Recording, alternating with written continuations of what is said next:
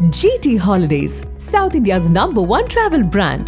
You know you are special when you're with GT Holidays. எங்க சேதாரத்துக்கு மேல கொடுத்தீங்கன்னா உங்க காசை வேஸ்ட் பண்ற மாதிரி தான்.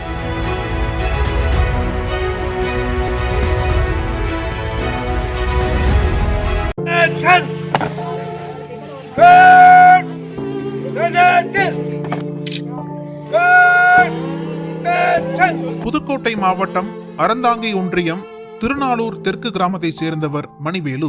மாற்றுத்திறனாளியான இவர் கட்டிடத் தொழிலாளி, மனைவியும் விவசாய கூலி தொழிலாளி. பள்ளி படிப்பை கூட முடிக்காத இந்த கூலி தொழிலாளிகள் நம்மை போல நம் குழந்தைகளும் கஷ்டப்படக்கூடாது என்று உழைத்து தங்கள் ஒரு மகனையும் 2 மகள்களையும் நன்றாக படிக்க வைத்தனர். பெற்றோரின் வறுமையை உணர்ந்து 3 குழந்தைகளும் மிகுந்த ஈடுபாடுடன் படித்தனர்.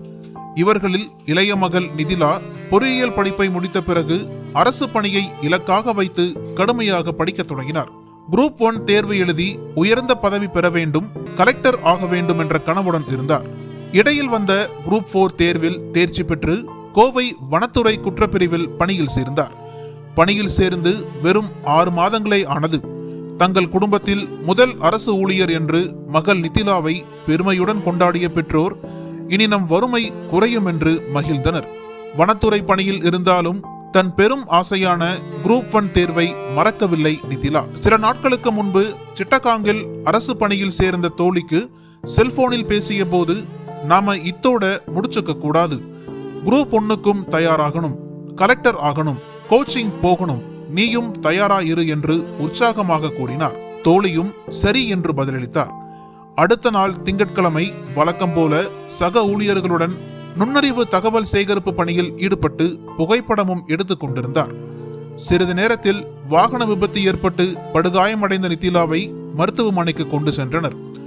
ஆனால் பெரும் கனவுகளுடன் இருந்த நிதிலா கண் திறக்காமலேயே உயிரிழந்தார் என்ற செய்தி வந்தது. இதை கேட்டு கோவை வனத்துறை அலுவலகமே கண்ணீர் விட்டு கதறியது.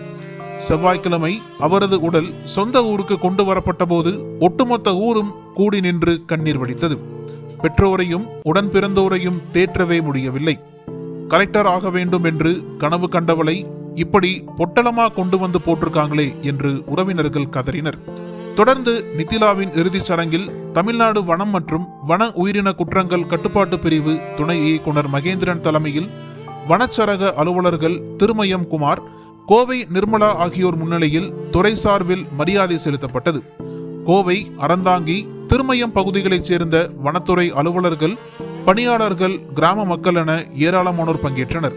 பணியின் போது உயிரிழந்த நிதிலாவின் குடும்பத்திற்கு அனைத்து அரசு இழப்பீடுகளும் விரைவில் பெற்றுத்தரப்படும் என்று அதிகாரிகள் உறுதியளித்தனர். கனவு காணுங்கள் என்றார் அப்துல் கலாம். ஆனால் அந்த கனவு நிறைவேறாமலேயே கரைந்து போனார் நிதிலா.